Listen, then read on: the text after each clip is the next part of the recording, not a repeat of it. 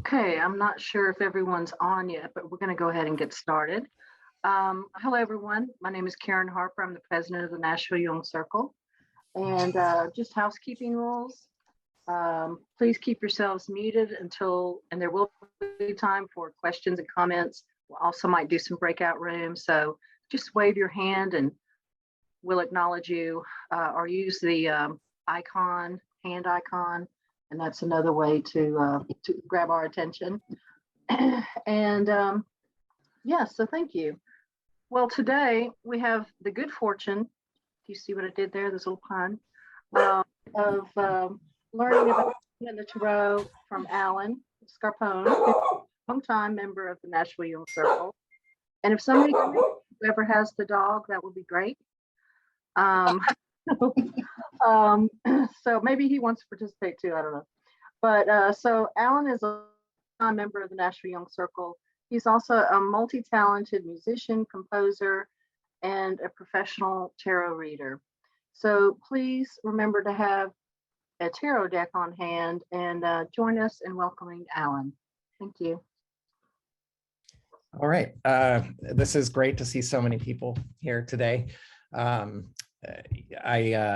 recognize some faces here. Nashville is a great town for tarot. There's lots of places to go to get a deck if you don't have one. Cosmic Connections, Draconis Arcanum, Roma Gregory's, Mystic Valley in Mount Juliet. There's a really thriving community here. And I see it in other cities too. Just lots of social groups to get involved and read with like-minded people. Go to tarot meetups. Of course, it's a little more difficult in COVID times, but there's lots of online things like this going on. So I'm going to share my screen here.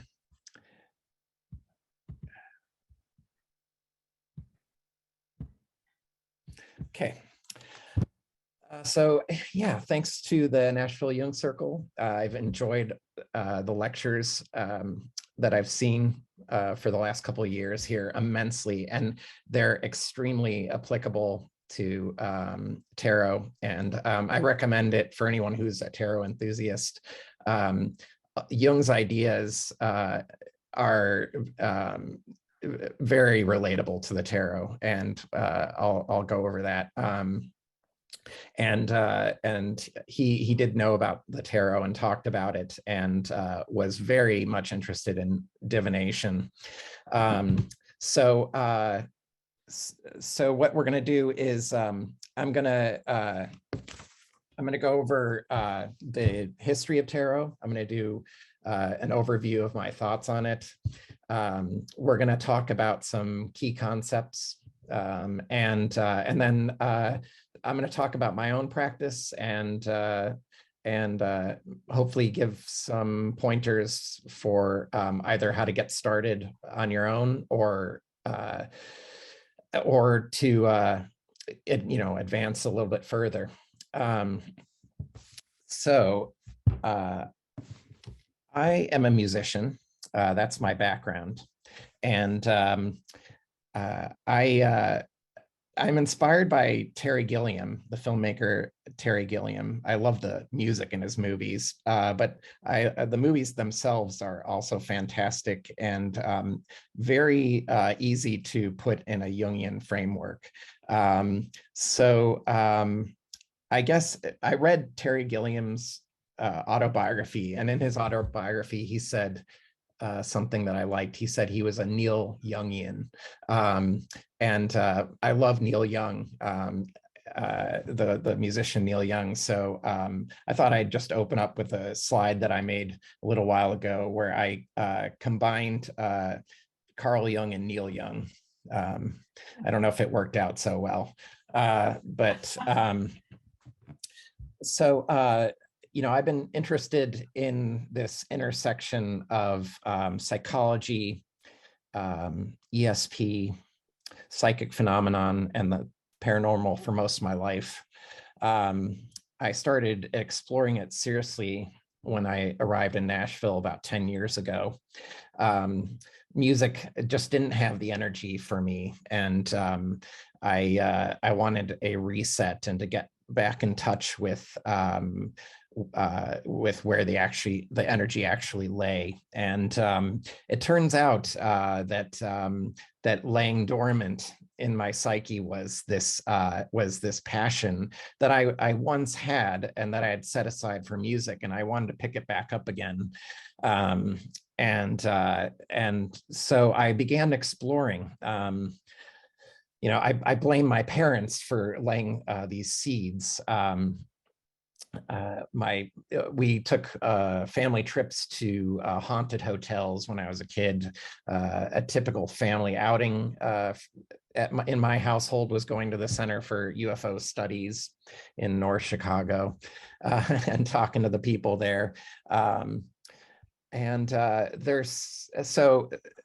was something about cards too that was lingering in there. I used to play bridge with my mom's bridge group, and I had this thing for games and playing cards. So that was all in that stew. First, I started looking at astronomy and physics, and I absolutely loved that world. But then I started to realize that where I was going with that was not only learning how the natural world works outside of myself, but also it was a symbolic activity where I was looking, I was trying to find out the scope of my own inner universe. And slowly, astronomy and physics led to psychology, and then esotericism. And I started realizing that psychology and esotericism had so much in common, and were sort of growing up together. And at some point, they split right around in the 19th century. But Jung took both seriously, and so we're to look back at that split, I think is really important. And there's also there's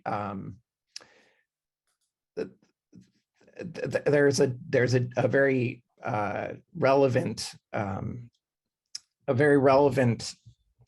situation with tarot cards that lends itself back to that right now. I'm not a therapist. I don't even have a college degree. My background is in music, but I see a kinship between tarot and the process of music. Indeed, I think tarot shares a connection to all the arts. You can always take what you learn in one creative domain and apply it to another. While I'm mentioning shifting domains, that is exactly what tarot does. Shift a problem from one domain to another and back again.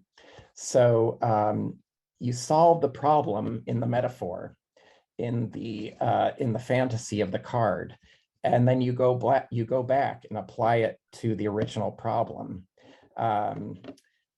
Example would be, you love your job, but you intensely dislike your boss. How do you deal with this situation? Well, let's say you pull out a pack of tarot cards and you pull the 5 of Pentacles, and it shows a couple of sad, cold people who look like lepers in the snow outside of a church. How to get them inside of the church where it's warm and caring. Or how to get them to stop giving away all their money to an institution that doesn't need their pennies when they should be spending it on some proper winter clothing and a little food. As a tarot card reader, you learn how to address the problems in the tarot card, and then through solving it in that metaphor, you figure it out, the problem in the world, the world as it is. tarot cards teach you to, flex that narrative muscle. And really the first step in approaching approaching tarot and approaching any problem is just using your imagination. Um, so,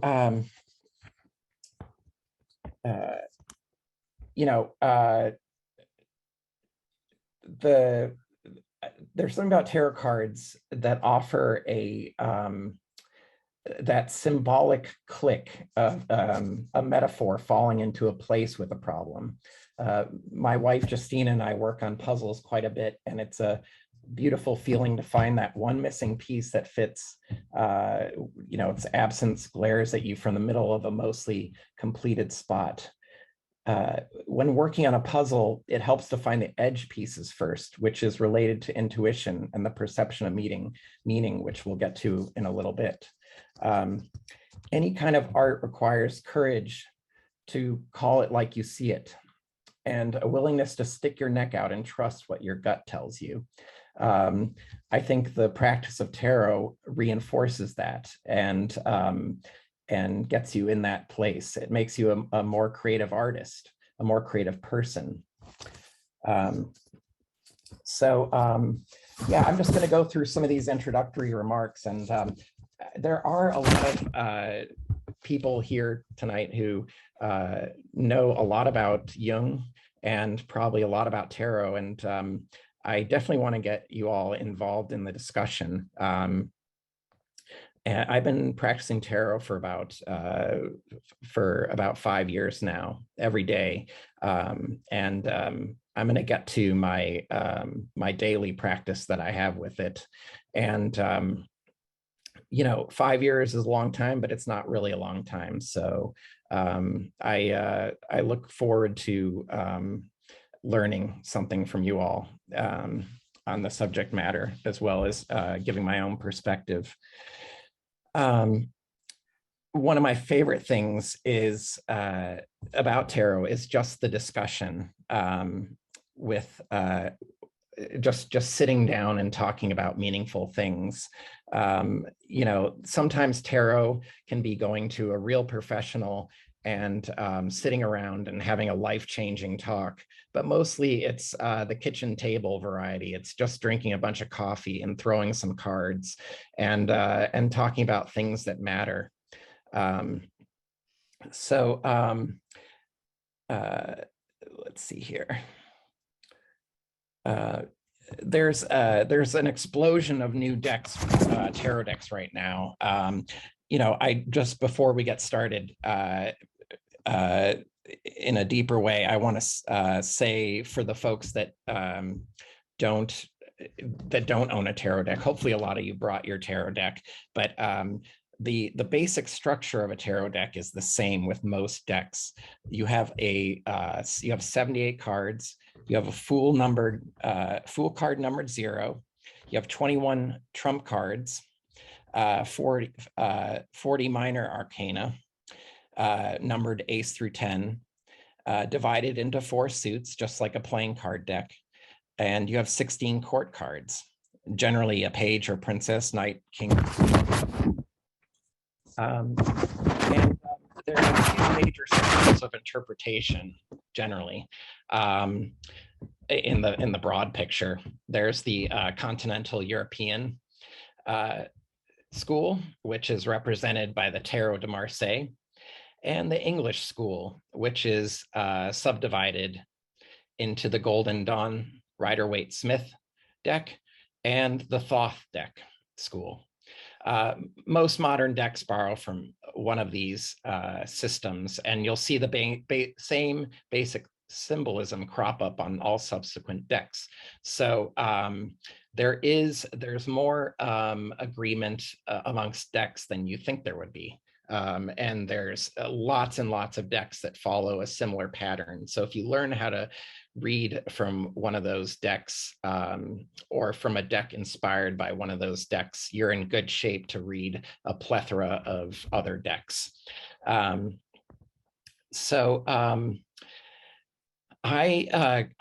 really came along in my reading when I took T. Susan Chang's Living Tarot course. And I used to follow her Fortune's Wheelhouse podcast, um, in which she goes through card by card the entire deck, spending an episode on each card. And she's just a fabulous teacher. And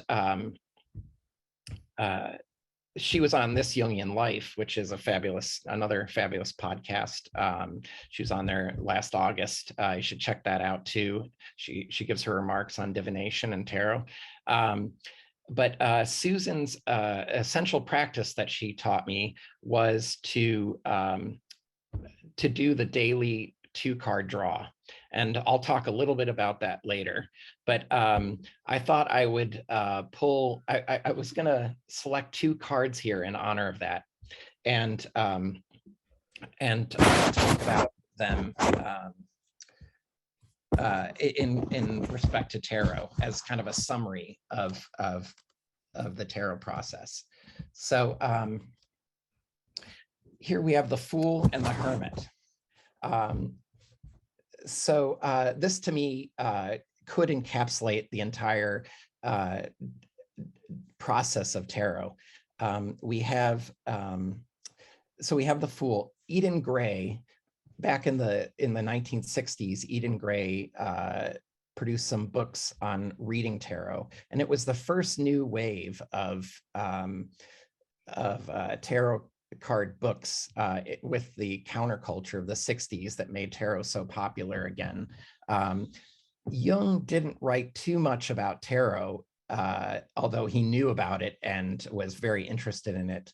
But he didn't write too much about it because I think he showed up in this lull right before the explosion of tarot interest in the 60s. But Eden Gray came out with this book called in which I believe it was Eden Gray who coined the term Fool's Journey when it came to the tarot. So you could see the Fool numbered 0 or without a number, moving through the entire major arcana, moving through the entire tarot. We're supposed to identify with this Fool. So the Fool, I see him in doing tarot. We are like the Fool. We go down. You see, he's up on that rock precipice, and what the Fool has to do, he's up there in the realm of the gods, and the gods are just up there, and they're kind of they're things that are kind of static, and they've lost their own sense of their own shadow. And the Fool wants to find his own shadow. And so to do that, he has to go down into the underworld. So he has to climb down all the way from this mountaintop with the gods and go into the underworld. And he has, not only does he have to find his shadow, but he has to find his soul and his spirit. This is something we all have to work towards finding and claiming. So the Fool descends down, climbs down, and he enters that realm of the underworld. And he, in order to get across, in order to go to find his soul, to find his spirit, he needs to cross one of the 5 rivers of the underworld. And the rivers are very dangerous. Some make you forget, some entrance you and make you drunk. They all have these different delirious effects. And so the Fool needs his coin. He needs to remember his intuition, and he needs to remember his body, which is his coin, his embodiedness. So so he's got to get through the underworld and not go to sleep. And so he maneuvers through the underworld, and he might most certainly meet Sobek, the crocodile god, who once he gets his soul, he has to be careful to lead her out. And Sobek, his epithet is he who eats while he also mates. So we see a comparison of sometimes, see, I got my notes all mixed up here. Okay, so okay, let me move forward here.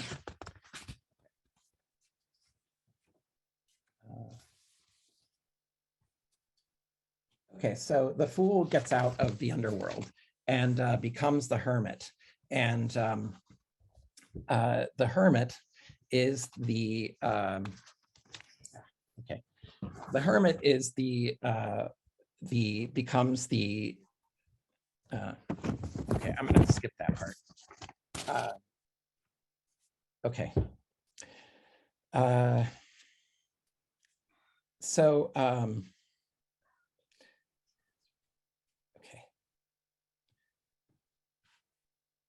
So okay, so I'm going to move on from that, but okay, so I'm going to skip to the section, why should we practice tarot? Tarot readings, and one thing I'll say about that is tarot readings offer a temporal brevity. They offer the pause.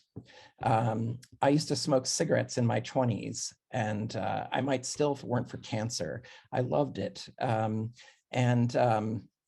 It was one thing I loved about it was the little breaks. There was a beautiful metaphorical component to those breaks. It was a chance to consider fire and ash.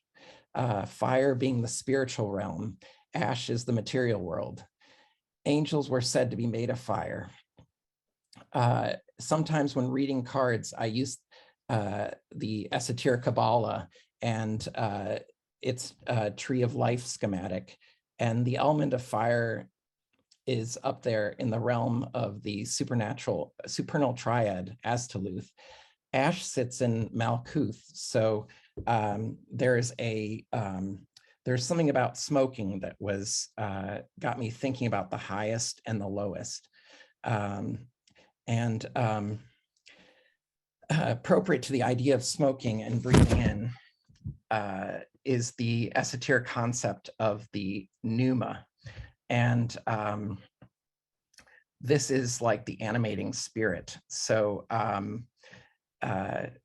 this is something that I learned on this another great podcast, the Schwepp, The Secret History of Western Esotericism, where this idea of the breath being the animating spirit. So, okay.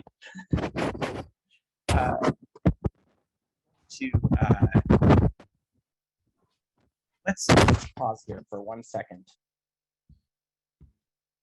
Sorry about that. Okay, so I'm going to skip ahead to what did Jung have to say about the tarot?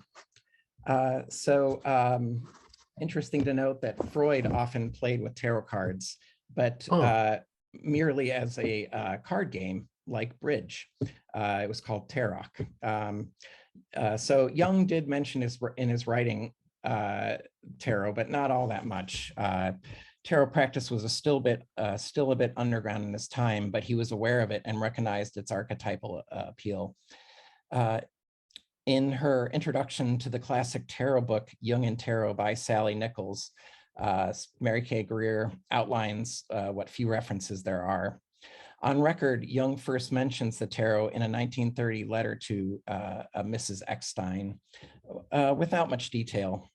But then in 1933, While lecturing on his active imagination technique, Jung acknowledges the archetypal resonance of the tarot cards. And he says, the tarot cards are sort of archetypal idea of a differentiated nature, which mingle with the ordinary constituents of the flow of the unconscious, and therefore it is applicable for an intuitive method that has the purpose of understanding the flow of life, possibly even predicting future events, at all events lending itself to the reading of the conditions of the present moment. Greer further explains that in the 1950s, Jung asked his psychology club to explore different divination systems, including astrology, geomancy, tarot, and the I Ching. Details of this investigation are lacking, but Marie Louise von Franz, one of the psychoanalysts who work with him, reports of another effort with the cards that they discussed. These are merely hints of what might have been. I do believe that if he had lived through the next couple of decades, Jung would have explored tarot more thoroughly. And clearly divination fascinated him. And he had a lot to say on the I Ching and astrology too. So tarot is an art, and it can be used in a sort of a artistic, creative way, but it can also be used as a problem-solving method, more in line with a linear science way, and it has been used in education and industry. There's the concept of mind mapping, which is forming constellations of ideas, seeing how they relate. So you might have a central idea, and then put that on a piece of paper, and then draw all the connections to that word that you can think of. And then you come up with another concept and draw all the constellations to that word that you can think of. And then you draw connections between those constellations. And soon you have a visual representation on a page of all the ways that those concepts could tie in together. And it's a way of seeing relationships. So there's Brian Eno in the 1970s came up with he was inspired by this kind of analogical way of seeing concepts. And he also was inspired by the tarot and came up with his own deck called Oblique Strategies, which is not so much visual, it's much more verbal, but it's in this in the similar vein, a similar idea to the tarot.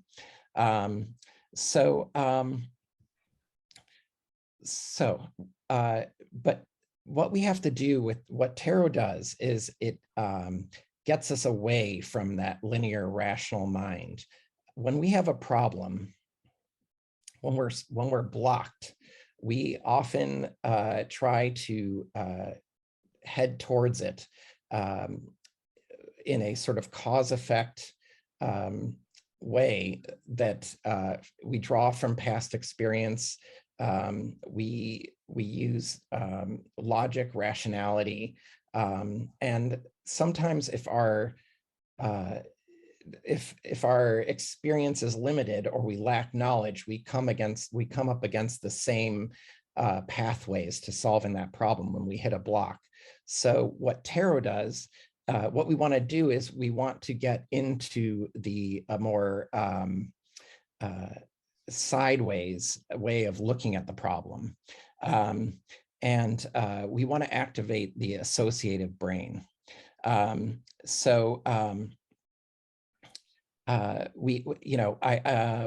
it comes to one thing I associated in this section was the tale of Simile and Zeus, where Simile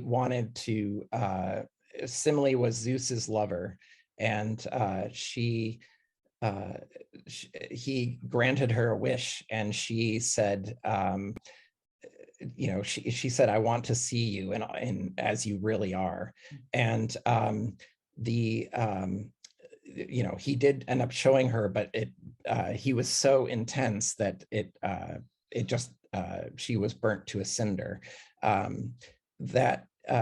So we sometimes what I draw from that is that sometimes the solution to a problem is just too energetic and too intense. For instance, a personal problem,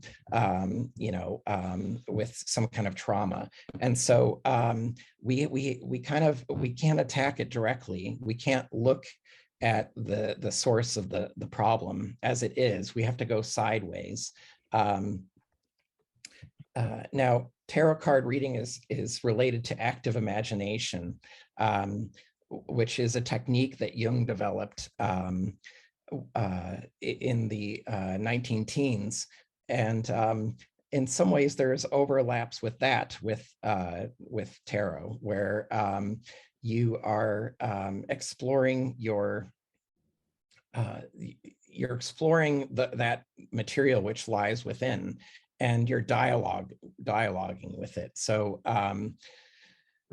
we're when we sit down with the tarot pack, we're dialoguing with these figures, and on the tarot deck in a similar way. I'm kind of moving really fast here, and I apologize for that. But we're going to stop for discussion and questions, and that will hopefully get us focused and back on track.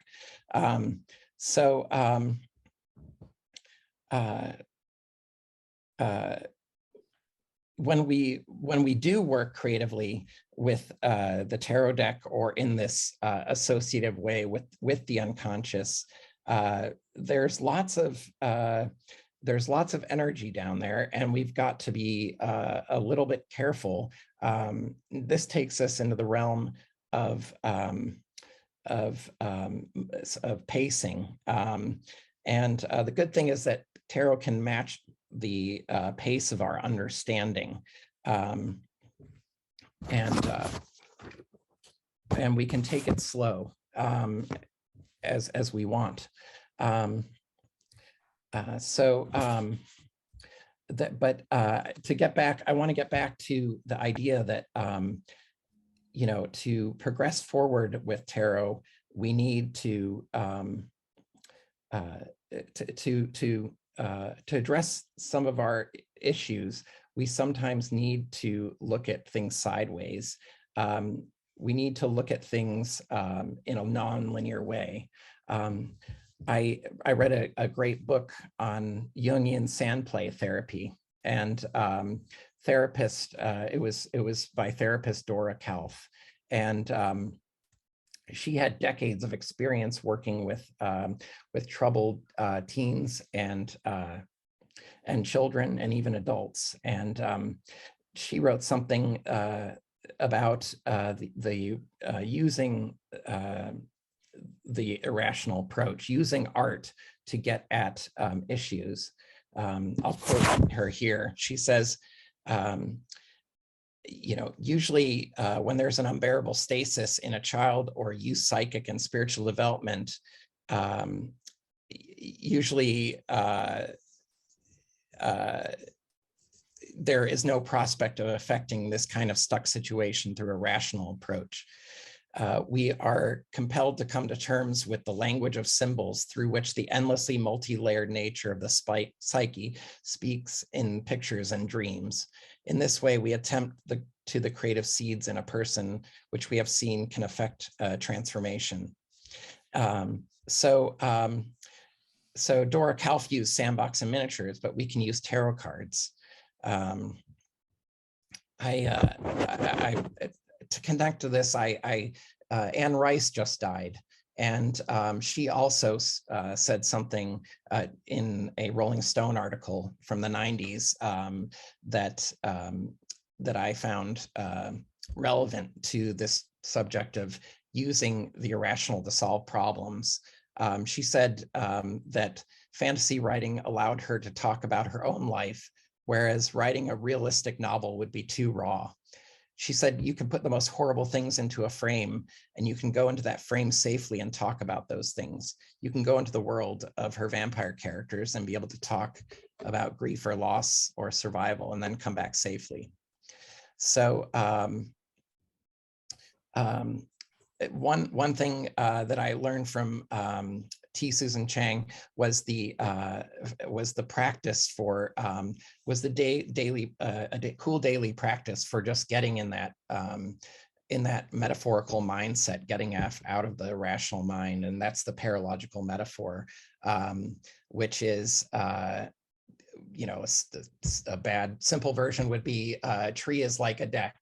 A tree is like a desk, and so you try to make sense of that, and you come up with those metaphors to find meaning in the strange juxtapositions that you end up seeing when you pull two cards, two different cards in a tarot deck, and put them together and ask yourself, what does it mean?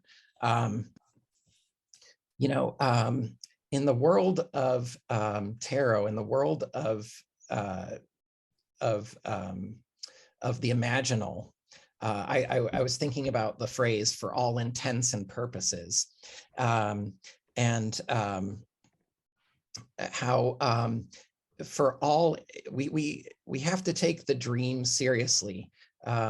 We have to in this realm, we have to realize that that everything is a metaphor that is, you know, in the world of tarot, everything is a metaphor that's speaking inner truths.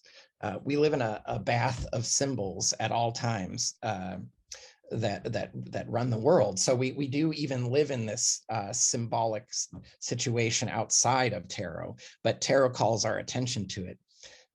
I think of I think of money and how you know, money is actually just stacks of green paper, but you know, with funny bits of green paper with symbols on them. But you can, you know, you can buy groceries with them and pay your doctor's bill with them, and really they're inherently just they're just inherently symbols.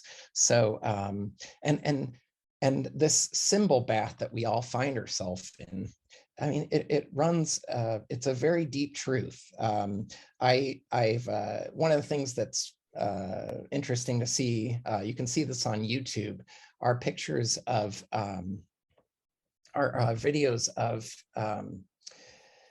of hypnotists going to a convenience store with blank pieces of paper, and they pay for their groceries with these just blank pieces of white paper,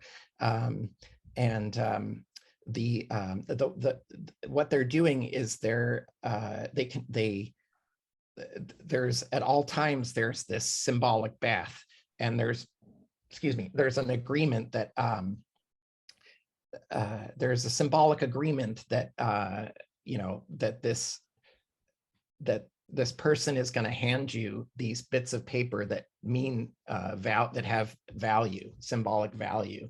And so you know, it inherently, when you see the assumption, you know, it's working on a bunch of different levels, but inherently it's this, you see displayed out in the open, the obvious truth that that everywhere it's just symbols that are in transaction, you know, and that's the real currency that's going on.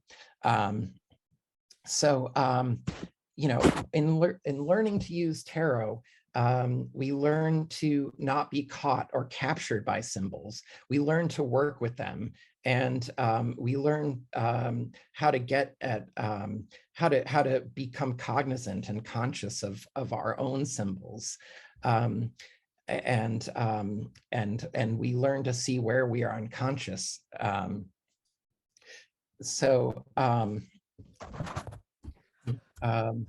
I was going to mention this. Let's see. So, okay, let me. I'm gonna move forward and just real fast cover tarot history, and then we'll break and just talk tarot and take any questions or discussions. Okay, so for this section, I chose the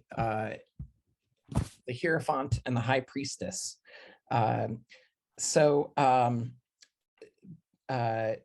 History of tarot.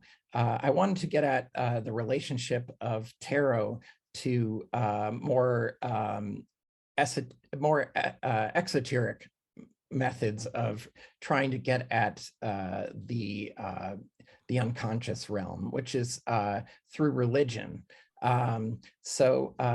With the High Priestess and the Hierophant, we have the sort of duality of inward and outward, inward spiritual practices, inward analytical practices, and the outward, the more dogmatic and the more communal. The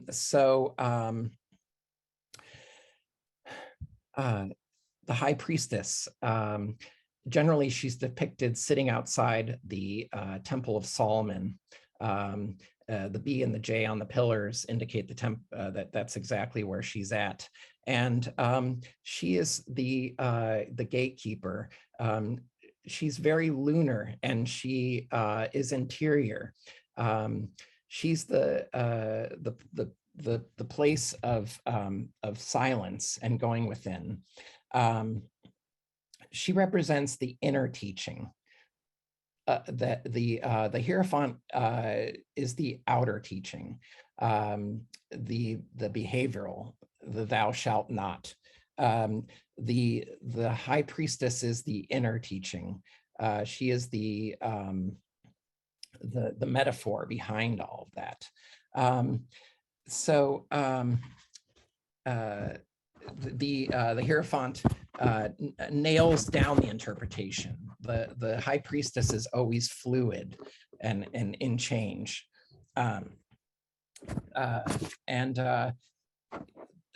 They both need each other.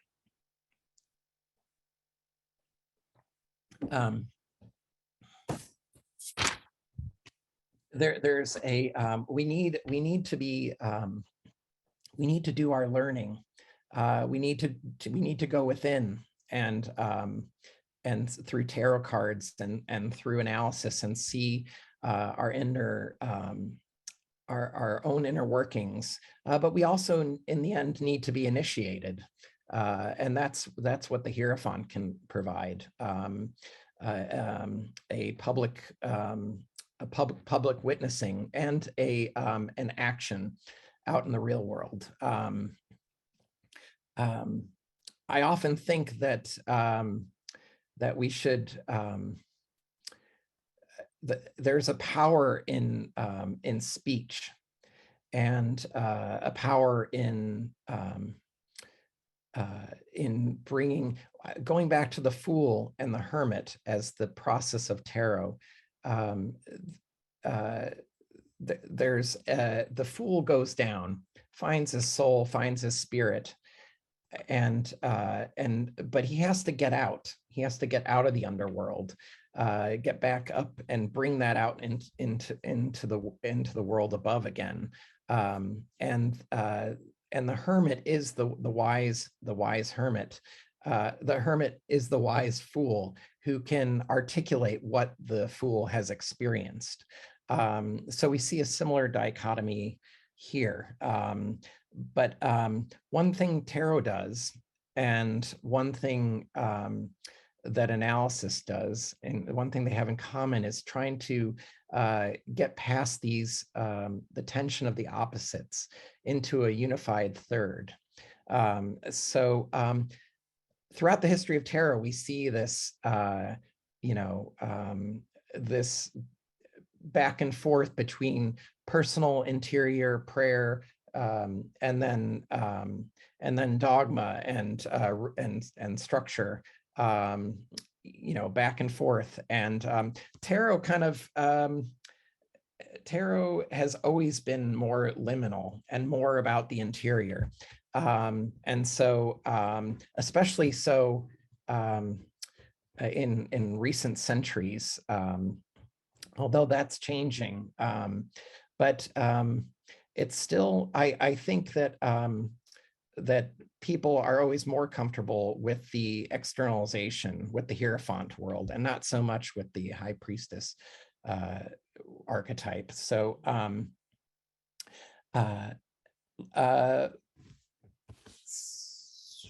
one thing we could talk about here is Jung's concept of enantiodromia, which he noticed, he conceptualized with the I Ching divination system, but it's this moving of back and forth of the poles of the archetypes. So you'll have something that's an underground practice like tarot, and then it will become it will go overground and become accepted and then codified and have all these tropes to it and dogma, and then people will get tired of that and go back into the high priestess way of thinking, the interior fluid changing aspect. And we see that in religion all the time and in every sector of life. So let me bring it to tarot history.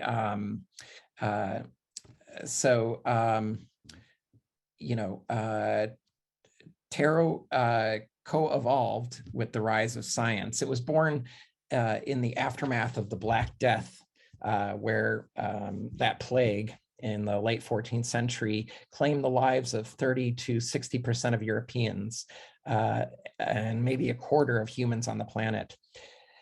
This calamity directly led to the collapse of feudalism and started a new era of fractious city-states, which despite leading to chaos, also opened up social mobility and creative experimentation and progressive insights. We know that tarot developed first in the 15th century in northern Italy. It was the development of standard playing cards by the wealthy Italian nobles. Playing cards had been around for 50 some years, brought over from mercenaries in Egypt, where they were using it. The Chinese invented paper, and actually there's evidence of divination using paper going all the way back then. But it really took off with the availability and ubiquity of paper. These first decks were created with the for nobles around Milan, and they were designed for playing a new kind of card game, much like bridge.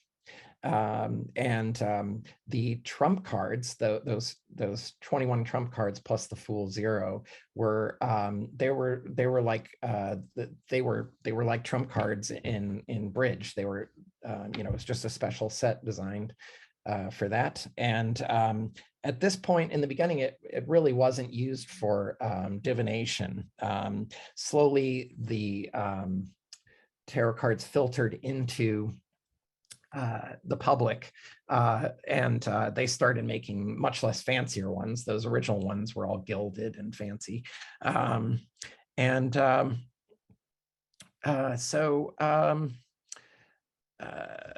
So then, came the Tarot de Marseille. Well, one thing to remember, one thing that's very important is why are these early tarot card decks so archetypal? Well, it's because look at the artwork of the time. There was an explosion of Neoplatonism, and so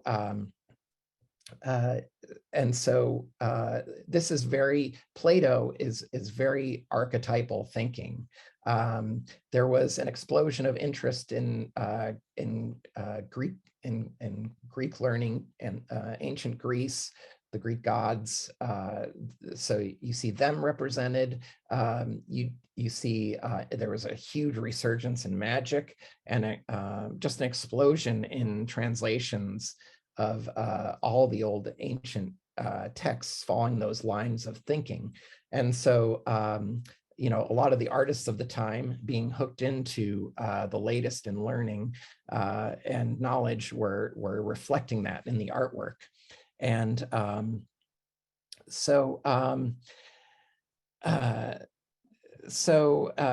now in the 16th and 17th centuries, tarot started, that's when tarot was probably started being used for divination.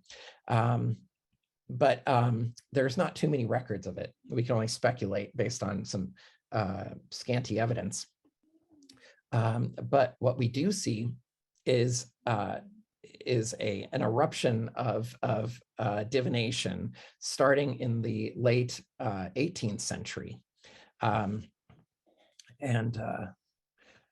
Here, I'll show some slides. Let's see. There is the one of the first decks, the Visconti Sforza. The first tarot card deck I read was mentioned around 1440. This one came out a decade later. And here's the Tarot de Marseille, which is the standard deck in the continental European school.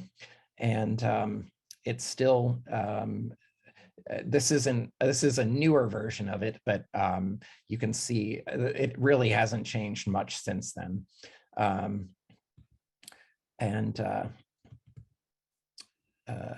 Okay, so we'll get to that. First, in the 18th century, you have basically the French were the ones who spearheaded divination. You have Coeur de Gebelin, and then you have who was the first to sort of tie tarot to Egypt. Then you have the first real professional tarot diviner. He called himself Ateya, and this is his deck that he released around that time. And he also released a manual of cartomancy. Soon it was all the rage sort of in underground circles. You had a slew of esotericists developing theories about it and adding to the esoteric ways of reading tarot cards. Here are some of them. There's Coeur de Gebelin and Ateya there along the top, and Eliphas Levi up there on the right, and Paul Christian, no, who's that? Papoose and Paul Christian and Oswald Wirth. So yeah, the French were the ones to develop, really to get that going. And finally, you have the Golden Dawn, which was an extremely progressive fraternal organization, then now sorority too. There were all sorts of fascinating women that were involved in that, including Florence Farr and Maud Gonne, Annie Horniman and Moyna Mathers. And this is where the Rider-Waite-Smith deck came out that many of you have. The Golden Dawn codified an esoteric system that really is the foundation for a lot of tarot reading today. Here's Pamela Coleman Smith, the artist for it. The one other major thread for 20th century tarot is was Aleister Crowley, and he worked with Lady Frida Harris to create the Thoth deck. So like I mentioned in the beginning, there's the continental European school, there's the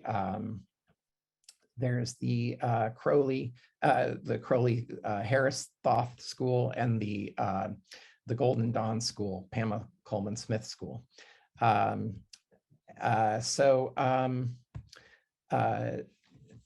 that's in a very brief way the history and some jumbled kind of thoughts about introductory thoughts. And we should stop here for discussion. Any questions? And then I'm going to talk about synchronicity, intuition, and practicing with the cards, and then hopefully maybe we can break off into separate rooms, and people can pull a card and share with each other.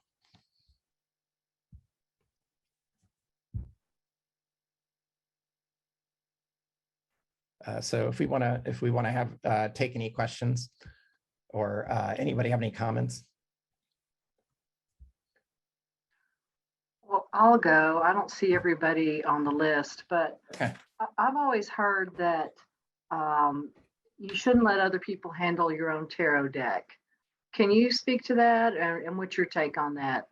Yeah. So no, I disagree with that. I think what you need to do is you need to come up with your own level of comfort with it. Ultimately, you have to realize that there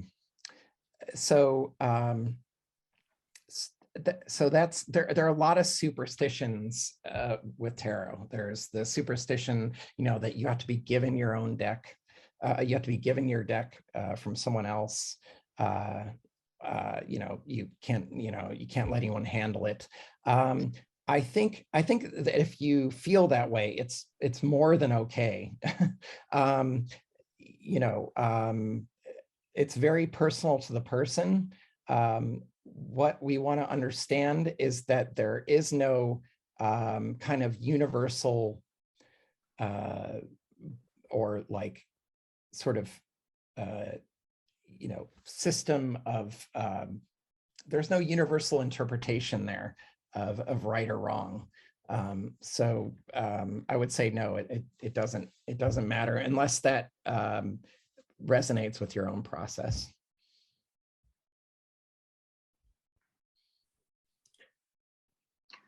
Okay, if there's no questions, we can just move on. I think there are a couple questions at the top here. Barbie has a question. Yeah, thank you. So I'm just curious about whether it's the same thing or if it's a variation. I grew up with people using what they call la baraja española, Spanish decks. Yeah. For fortune telling and for divination. So can you speak to that at all? Yeah.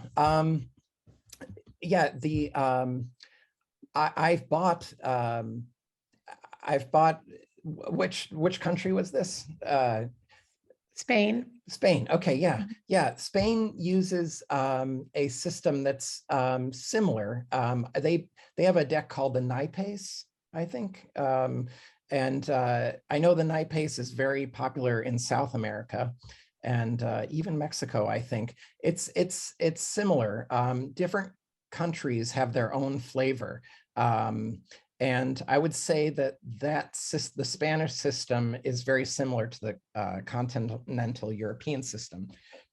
The continental European system does not use esoterics so much, esoteric correspondences.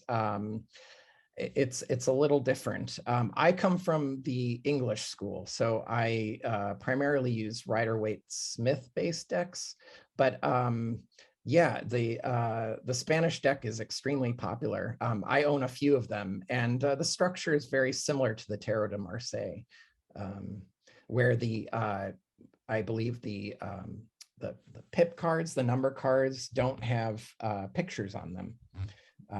So when you read with that deck, you look much more at like when you're getting the minors. Oftentimes they'll just use the major arcana, the trumps, but sometimes they use the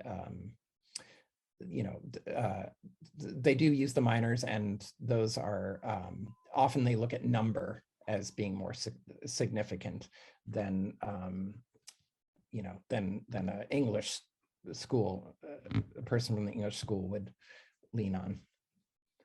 Thank you. Yeah. Lisanne, you have your hand up? Yeah, I do. I just had a quick question.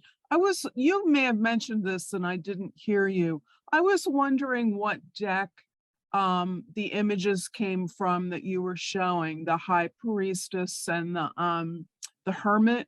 Oh yeah. And the because I just love them. Yeah, that's really old. Yeah, it's actually my go-to deck these days. It's called the Heaven and Earth Tarot.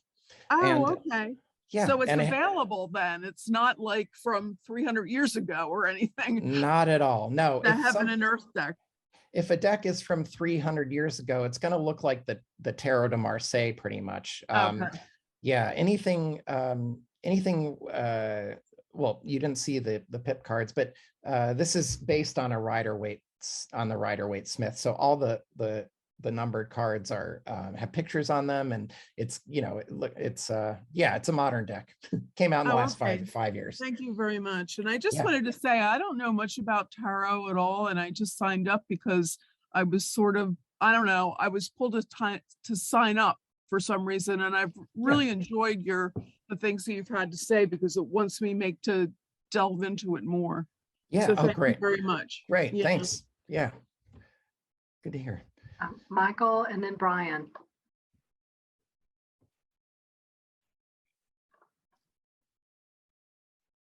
Need to unmute.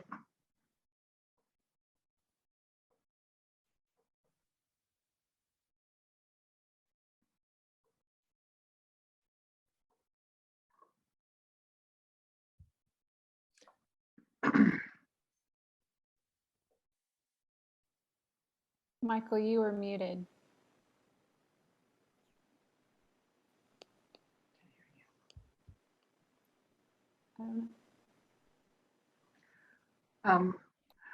Brian, Michael, we can't hear you, so we're going to move on to Brian, okay? So you made a comment by the way, very good. I appreciate your presentation. You made a comment about comparing analysis in the Tarot. And if I understood correctly, and I'd like you to clarify this for me, you said that both seek to sort of switch from the either or to the both, maybe both and, in other words, bringing unity. Would you like to restate that? And then after that, you mentioned a couple of different stores around town that are, I take, have esoterica. I'd be interested in knowing what those are. Yeah. And then finally, I just wanted to mention that there are some Jungian-oriented tarot decks. I have a couple of those. Yes. And in fact, I've got the Magician enlarged for the artist that designed one of the decks on my desk in my consultation room as sort of a muse for the work I do. He's connecting heaven and earth, right? Yeah. And, isn't that what we psychotherapists do, is connect the above and the below? That's the right. in and the out together. And so, he is the alchemist. And we're helping people turn their lead into gold. So it's a real inspiration for me. I just thought I'd share that. But I'm interested in your response. Yeah. So, okay. So to your first point, yes. So oftentimes when we, I'm trying to think of how to articulate this without getting into the whole, how to summarize it. But so people have their ego, right? You have the story that you're telling yourself in life, and the narrative. Who am I? What am I doing? What's my story?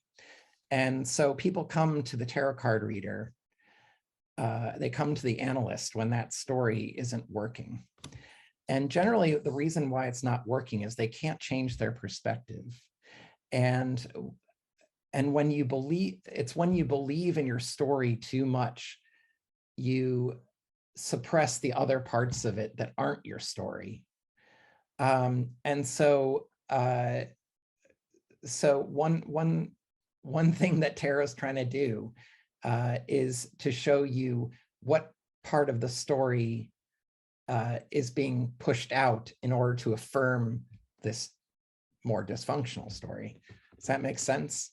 And in general, Absolutely. yeah, in general, those are people with strong personal issues. Generally, it's because the story that they're telling themselves is pushing its opposite away, and you're not wanting to regard the opposite of the situation.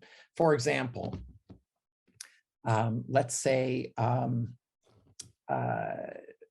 someone's in a bad relationship, and they can't seem to leave, even though relationship's really bad for them. You want, and they're stuck. You want to tease out what it is they can't acknowledge about the relationship. What's being you want to know what's controlling that situation that's hidden. What's in the shadow? What's in the shadow? Yes. And so yeah, tarot can pull out what's in the shadow, and you can do it again, going back to the earlier point.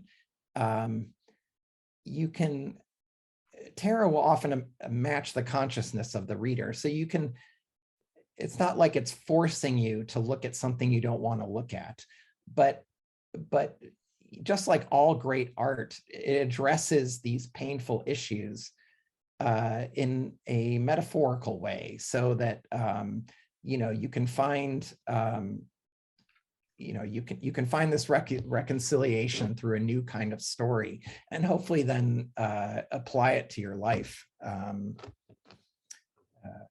after the fact. I hope that's not too abstract. But, no, it's right on. Thank you. Yeah, and in terms of stores in Nashville, there's I named 4. If you're interested in esotericism, I recommend Draconis Arcanum on Trinity Lane. If you there, Cosmic Connections in Green Hills has has a lot of they specialize in stones, crystals, that sort of things, but they also have lots of tarot decks. One of the best selections, both Aroma Gregory and Donaldson and Mystical Valley especially have incredible tarot selections, tarot deck selections.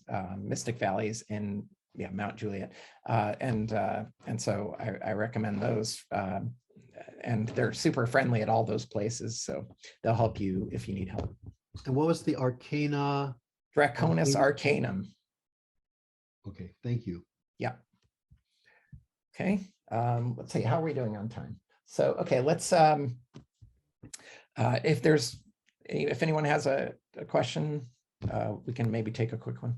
Otherwise, Leanne had a question. Okay. She had her hand up for a while. Did you have a question, Leanne? Thank you. I wanted to follow up on one thing, but Brian's question prompted a memory of a piece of advice someone gave me in working with the tarot that I've found really, really helpful, that the cards will be a direct response to the part of you that asked the question, and that there's a lot of beautiful information just in the reflection back of that part. So I really appreciate that piece of advice. yeah, that's great. Yeah. I really appreciate how you compare and contrasted the Hierophant and the High Priestess, and representing kind of ends of a polarity. And I'm curious if there is a midpoint kind of archetypal representation in the deck somewhere, or is it more about the compare and contrast? Yeah. I mean, you could, what you could do is pull a card for it. I think that would be the task. What you would do is here's something you all could do at home, is pull the high priestess, and say, look at her as your inner practice.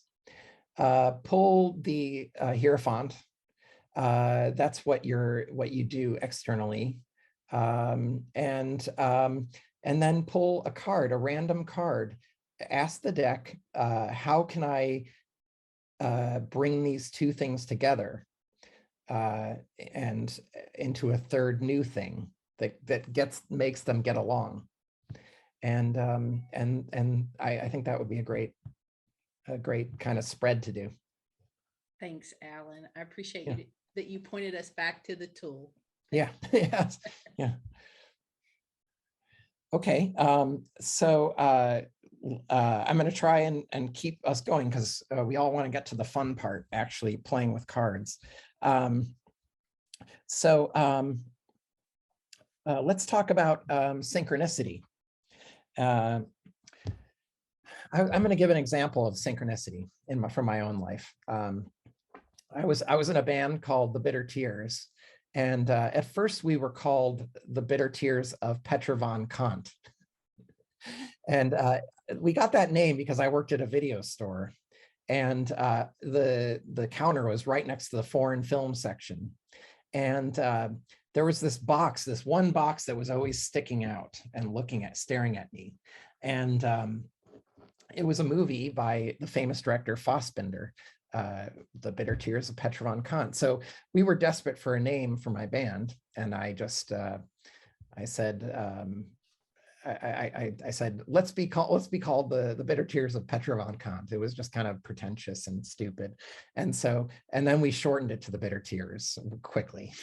But we were a band for a long time, toured all over, and we did it. We did a tour in Europe, and by then tensions in the band were at an all-time high, and things were kind of falling apart. And we had never spoken of that movie really since we came up with the name. And I was fighting the band was run by my bandmate and I, and we were on this big tour of Europe and bickering all the time, and really furious each other. The band did not have much more life in it. And we were in this, we picked a random hotel, and it turned out to be this really cheesy rock hotel. We were in a rock band. Bitter Tears was a rock band, pretty much. And we ended up in this room that was covered in rock band instruments.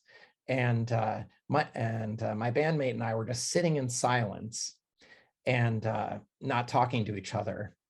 And there was a TV bolted to the wall. And so I grabbed the remote in the silence and turned on the TV. And there was the Bitter Tears of Petra von Kant on TV. Now, not only was that synchronous, but it's weird because, it's like this, it's just a really obscure movie. And even in Europe, it's kind of odd that it would be on television. But it was what Jung gave a lot of different definitions for synchronicity, but how I would sum it up is a meaningful, a causal but meaningful event. And Jung had a lot of these, and so did all of his clients, and probably so do many of you. There's just a synchronicity is something, a coincidence that happens that is just profoundly meaningful and seems like that it couldn't have happened any other way, that's beyond chance. Jung's experience, the most famous one of Jung's, is that he was treating a patient, and forgive me if I get this wrong, but he had a patient, and they were they're making a breakthrough, and they were using this metaphor of a scarab beetle. Just as they were in the middle of the conversation about a scarab beetle, Jung looked over at the window, and there was a scarab beetle in the middle of Switzerland trying to get into the window. I think that's the story, but he gave lots of other examples. And so when you're a tarot reader, you start to see those coincidences, those meaningful coincidences everywhere. Indeed, tarot encourages you to look for those. There's something about the presence of meaning that brings out these synchronicities. I've certainly experienced them in these intense moments of energy, where there's just turmoil or energy or activity in my own psyche. I think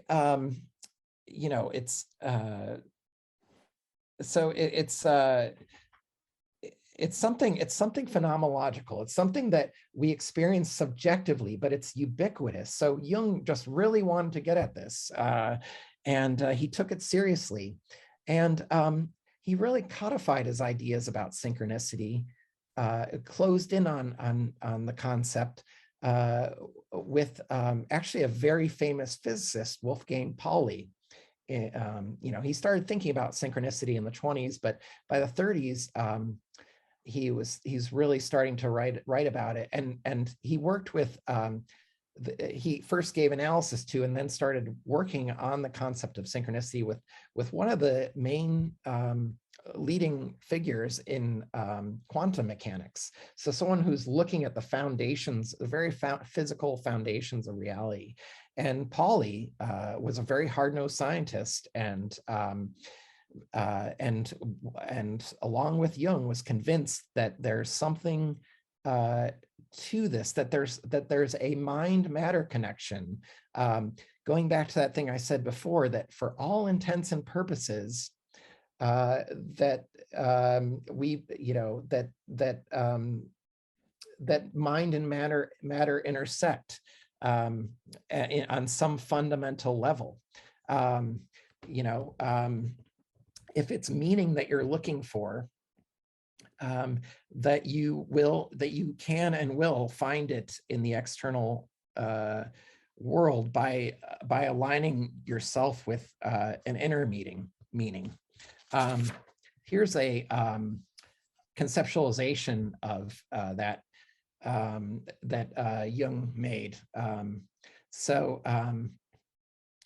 You see that causality is there on the left, synchronicity, acausality, is on the right, and then space and time are on the other axis. I just like this schematic a lot. Me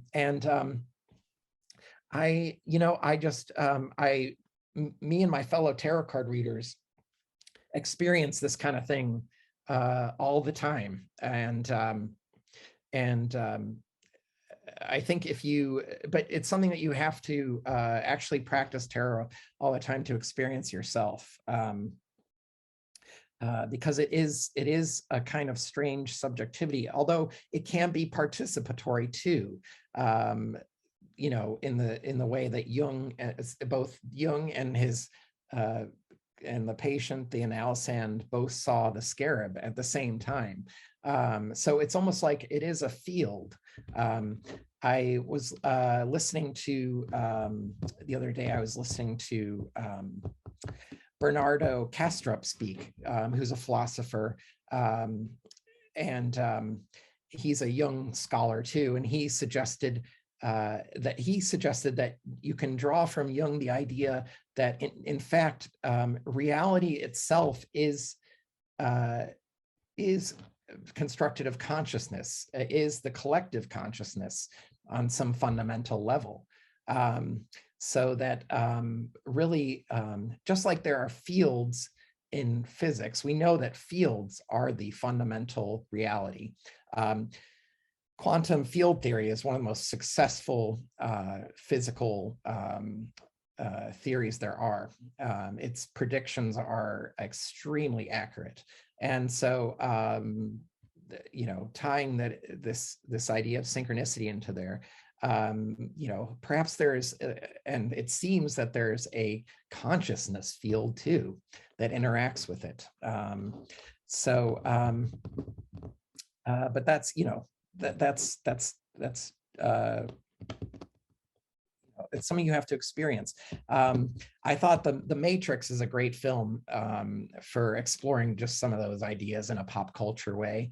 There's that scene in the Matrix when the lead character of Neo sees the same cat twice, and they his wise companions say that that's a disturbance in the field, that his antagonists are changing around the matrix, so that little blips like that occur when there's a big energy happening.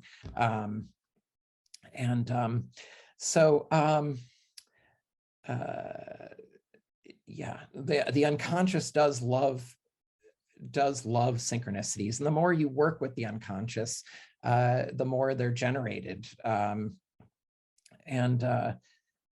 when we read a card, we're looking for synchronicities. We're looking for suits that come up a lot, more than chance. If you have a perfectly random deck, you're going to get just a random distribution. But tarot card readers, we're trying to generate synchronicities, and in a kind of reverse engineering way to get at meaning. We're looking for them, and we're tying together the elements and the numbers and even how the figures appear. That's all relevant. Another physicist, plenty of physicists, like Einstein thought physicists were like tame metaphysicians.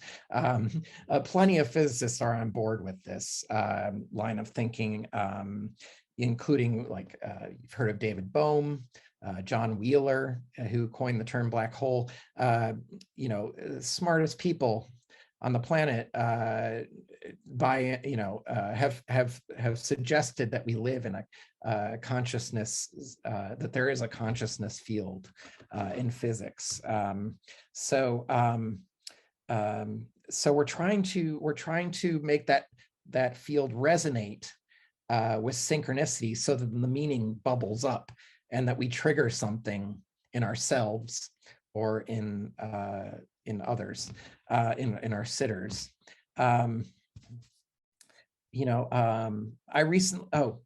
Another physicist who writes about tarot is Yoav Bendov. And he says, he's brilliant. He's from the continental European school, but he talks about how exactly that same thing. When you're reading, like you mentioned before, don't let others touch your deck. I actually think that might be, if you treat that as fun and not superstitious, that might be a way to generate synchronicities, a way to generate a heightened state of awareness, where everything is significant in the reading. Don't touch my tarot deck. We're going to have this ritual when we start the tarot session. Just everything is significant. If a bird starts cawing when you pull the card with a bird on it, like, that's important, that's significant. Follow those threads, and it will lead you right to the meaning.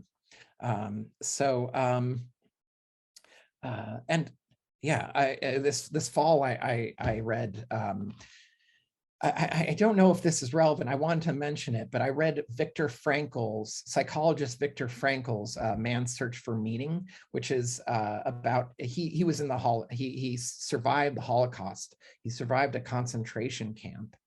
And while I was reading it, I was thinking about Jung and about how at one point in the book, there's something here about synchronicities opening up for him and having him survive, because he stopped choosing paths that were linear and rational, such as planning an escape or outthinking the guards.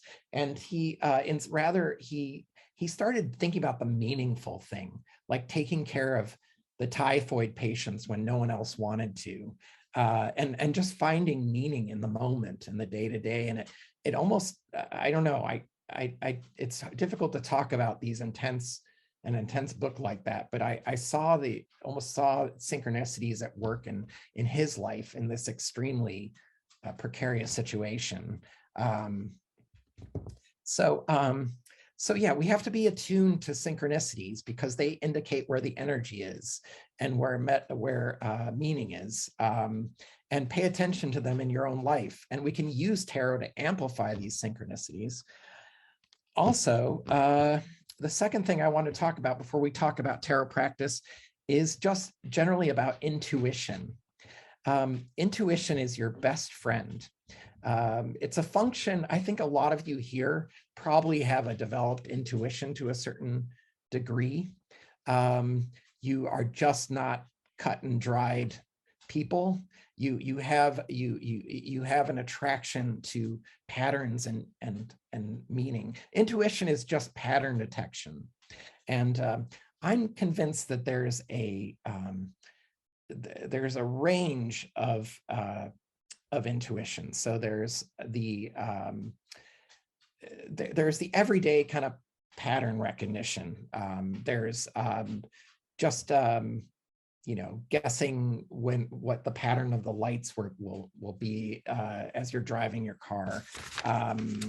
There's just sort of mundane piecing together facts and finding the things that we do to get along in the world. On the opposite end of that is psychic ability, I think. There's a wide range in between. I think we can refine our intuition to a very high degree where it almost looks like psychic ability. But in fact, it's just, I've seen this in the best tarot card readers. And I've sat with a few psychics who so-called psychics, who, for whatever you want to call it, they had this ability to quickly detect patterns. Now I think this is something that we can all develop. Some people have, some people are born with an intuitive gift. It's kind of like music, some people can just really carry a tune, but I really think that intuition is something that we can all develop. One thing you have to do to develop this is to get yourself out of the way. You have to get your ego out of the way to open up that space. The best way is meditation, I think. And I've had a meditation practice for quite some time. And I feel like my own pattern recognition systems are much more developed now. I notice things more. My reactive mind isn't so reactive anymore.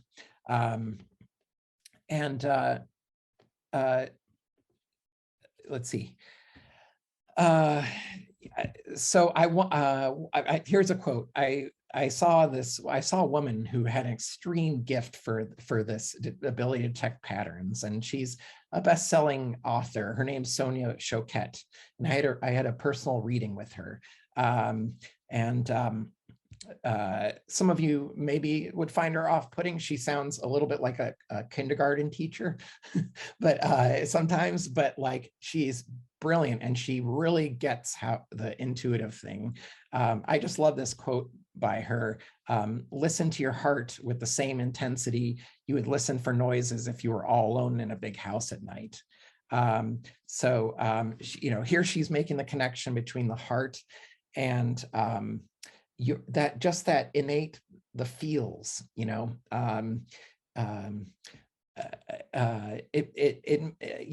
children are often, in my experience, natural psychics, they have this open-hearted quality that I think we want to get into as to master our intuition. It's something that children have. It's this not putting things in a box, not concretizing things. It's more fluid than that. I really think we need to develop this. I had a good one here. Where is it?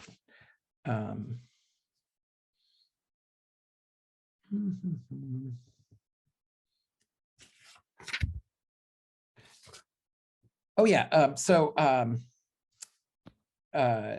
One thing that I've gotten really into is remote viewing.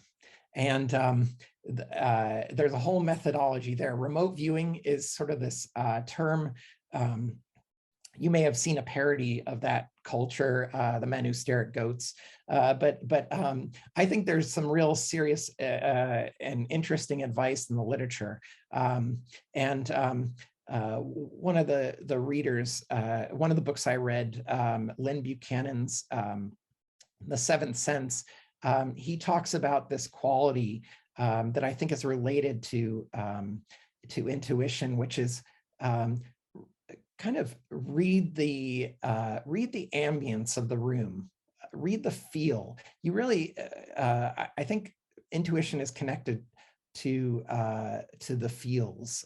So focusing on one way to practice this is to just go, when you go to a party or when you meet someone, use your imagination to just get at what does this person feel like? What does the room I'm in feel like? It's almost like I think one way to your intuition is this kind of childlike I wonder game. Wonder about the frame on reality, and most of all, play with it. There's something about something that activates intuition is play, and so I believe this is a really important. The idea of pretend and play is key towards developing it.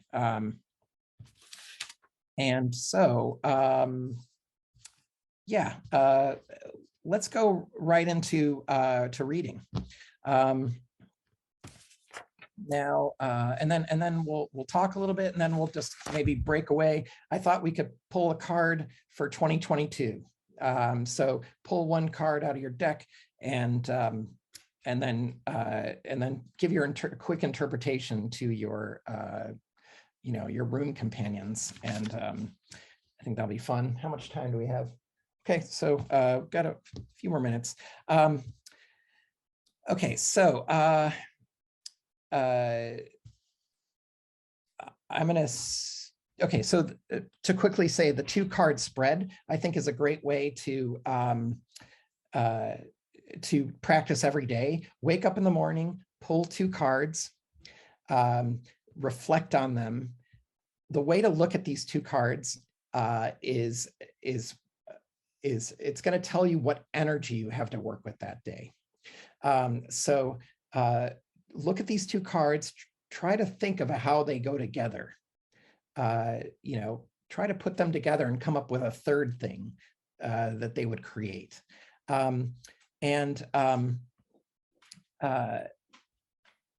Remember, if you pull a card that is very energetic and happy, then count yourself blessed. If you pull up a card that's difficult, that's great, because that's telling you that there's some bad weather coming. Just bring your umbrella that day. Now, there's one other, by the way, I'm going to restate this. I learned this from T. Susan Chang. And you should check out, I believe she talks about it in her Tarot Correspondences book, which is just one of the best tarot references there is. So when you have your two cards in front of you, one way you can be really productive with this is by writing like a 2-line couplet that sets your attention for the day and puts those two cards into context. Sometimes we call that a spell, but it's a way of putting into words what you're going to be focusing on and what your attention is. How to use that energy to its most effective, in its most effective way. In terms of actual reading, Jung had an idea of the temenos, which is a sacred space, usually nature, that was demarcated for the worship of the gods. I'm a believer that when you do a reading, you have to create the temenos. Jung thought, the consultation room was the temenos, but we have to create a sacred space because I think it activates those synchronicities. It demarcates the reading space, gets it away from the normal world, the inner world and the outer world being fluid.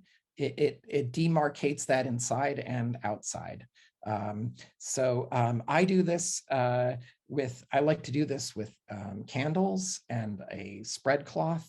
Some people use crystals, whatever you have to do to get into that headspace. You can also create this temenos in space and time. So, I think analysts do this by having a regular office and having a set time limit. Tarot card readers set time limits. You might want to read at the very same time during the day. I like to do my 2-card spread in the morning. I spend 15 minutes, and yeah, the meaning and the synchronicities happen that way.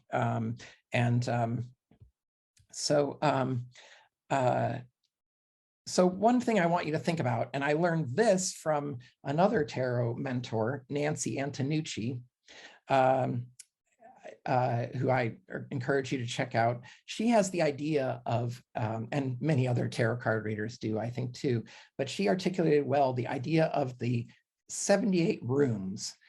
You want to decorate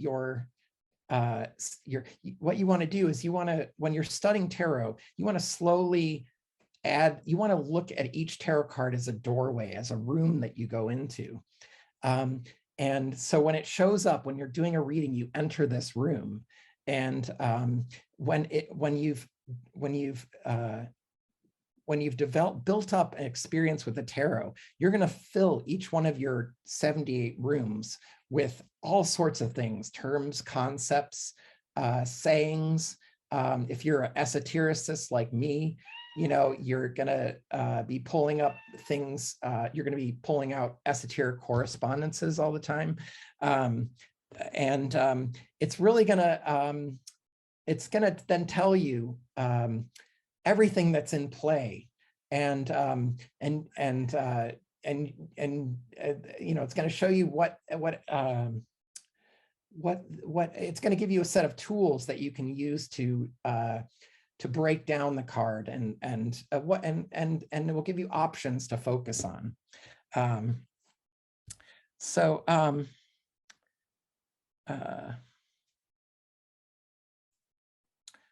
Yeah, and you want to let go of a certain amount of cynicism. Remember that this is tarot card readings you want to get in the childlike mind.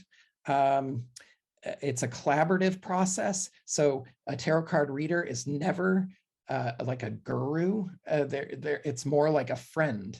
But a tarot card reader does have some expertise. So in that sense, they're like a midwife, a psychic midwife, helping you discover the meaning for yourself. there's a definite suspension of disbelief that's required on both on both sitter and card reader. Alan, Yes. I just wanted to mention, I like very much Rachel Pollack's book, The New Tarot Handbook. Yep. And the reason I like it is because it describes the card, but it doesn't tell you this means exactly this if you pull this card. It just sort of explains the basis and then opens it up for application. Yeah. And as a novice myself, I like it a lot. Thought I'd mention it. Yeah, no, that's Rachel Pollack is incredible. And I not only do I love her tarot books, but I love her fiction books too. They are absolutely fantastic. Yeah, I mean, one thing you can do is when you read cards, you don't have to hit the right definition that nails it. What you can do is we spiral into the meaning. We kind of like imagine a light, a photon spiraling into a black hole. We kind of spiral slowly, faster and faster, and then we hit the singularity of meaning, then as we, in the process. So be comfortable with spiraling into something. You don't, oftentimes, not only do you not want to, you really don't want to nail a meaning right away. And even after the reading, you want to let it sit. If there are some big revelations, you want them to hang. You want to go, if you're given a tarot card reading and there's some revelations, really think about them for a couple days before you act on them or decide that was the correct interpretation. What I love about tarot is it should be slow like that. It should have that pace often. It should be meditative and reflective. There's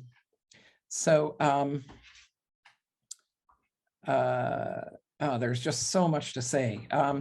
Questions. Here's some pointers about questions. Avoid shoulds. Tarot cards are your best friend. They're not your boss. As soon as you get sort of moral and prescriptive, as a tarot card reader, you want to refrain almost from giving advice unless it really seems poignant. Shoulds is always a dangerous thing. The best questions are open-ended. They start with like, what should I know about X? A less desirable type of question is a yes/no question, although a good tarot card reader can address that. There's other divination card systems that I think deal with that better, like the Lenormand, which I can't go into, but refrain from asking the same question over and over again, and don't ask questions that you don't want the answer to, that you're not ready for. Again, spiral into it. If you're setting out on your long-term relationship with the tarot, go slow. Ask it for small advice first, and then move into the big questions. One thing I love to do is the initial image. I learned this from Nancy Antonucci, which is as the sitter, person sitting before you, is reading for, ask the question, or if as you're asking the question after you ask the question internally, see what initial image comes up. Everything is significant in the reading. Sometimes your unconscious will just throw up a ridiculous picture, but it oftentimes is so relevant. And even if you just tell the sitter that what you see, I mean, unless it's use some discretion, but sometimes, I mean, if it might be like, I see a ball bouncing and I see a forest, you know, like those could be, I think that to say the initial image says to your intuition, I trust you. Let's go with this. I'm listening to my unconscious. Spreads start out simple. Like I said, 1 or 2 cards. 1 or 2 cards are can be profoundly rich with information.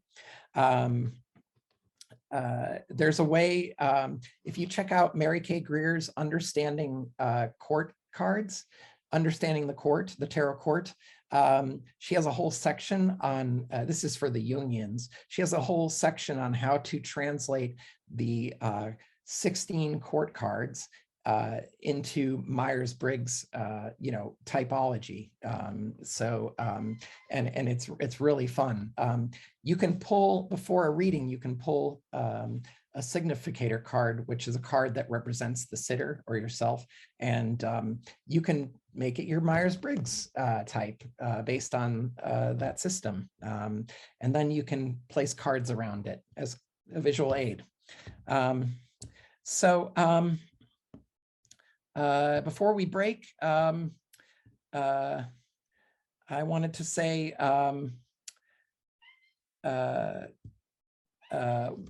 two mental schematics to help you along. I'm sorry I don't have a slide for this, but court cards, this is what I got from Mary Kay Greer. Court cards represent who, what are you, who, or what, how is someone acting like. Minor cards are the what, the situation the court card is temporarily in. Major cards are the why the who needs the what. And the aces are like, what's the environment or the landscape? What's the ambience? Let's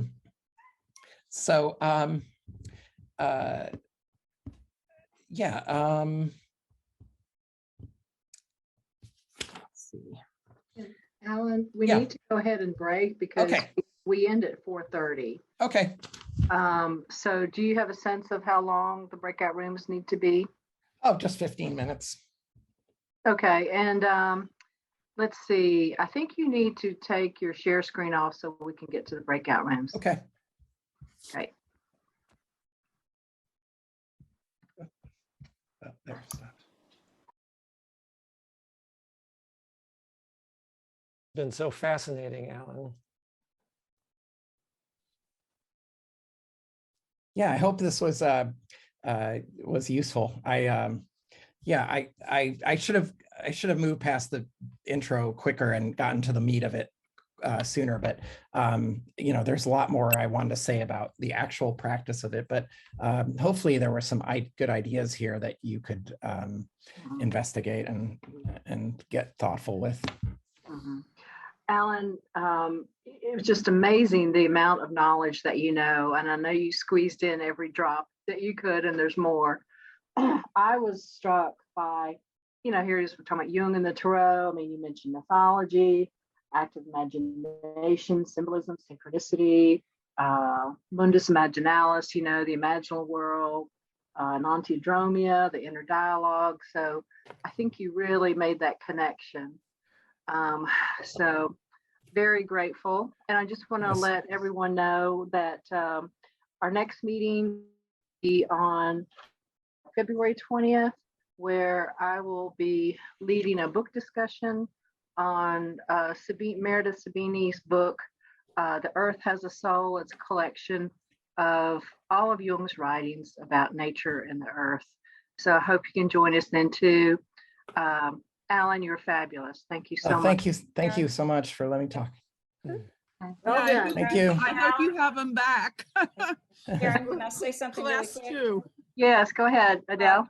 At the end of your email that had the Zoom link that you got today, Alan sent us a list of bibliography with lots of books and recommendations. If you scroll down to the bottom of that email, that I added that on today because Alan sent it. It has lots of resources. Thank you. Thank you. Alan, Thank Alan, you. I had a question. Yeah. moment. Oh, Michael, go ahead. Yeah, you mentioned leper at the very beginning of your Yeah. speaking, and Yeah. I don't know if that's a card, but I felt that I had an experience that tied me back actually in essence to what you've been speaking about, the power of the tarot. I Yeah. remember being traumatized as a very young kid by Cecil DeMille's film 10 Commandments, where there were the lepers. They were horrific and frightful. What I later learned is from Norman Cousins in Saturday Review is that from a medical standpoint, all leprosy is the loss of feeling in one's fingers. So if you simply put gloves on the hand of a leper, they don't lose their hands. That struck me as a very beautiful piece of the element of what the tarot is. It's a gentle offering that allows you to come into something that may be terrifying in its origin, i.e. a leper. But it takes you... That is beautiful. And that's something, the card is the 5 of Pentacles. It's in the Rider-Waite Smith deck. You could see that card, but I would definitely, having that knowledge, and see, that's something you can put everything you know into tarot. Like if that showed up in one of your readings with someone else, you could use that as a launching off point. In my breakout group of 4 people, they drew that card, then the 5 of Tentacles. They just drew the leper card. So that's a synchronicity. Yeah, cool. Thanks for sharing. Thank you so much. Bye-bye. Thank you. Thank you. Bye-bye. Thank you. Wonderful. Thank you. Thank you so much. Thank you. Thank you. Thanks, Alan. Thanks, Karen.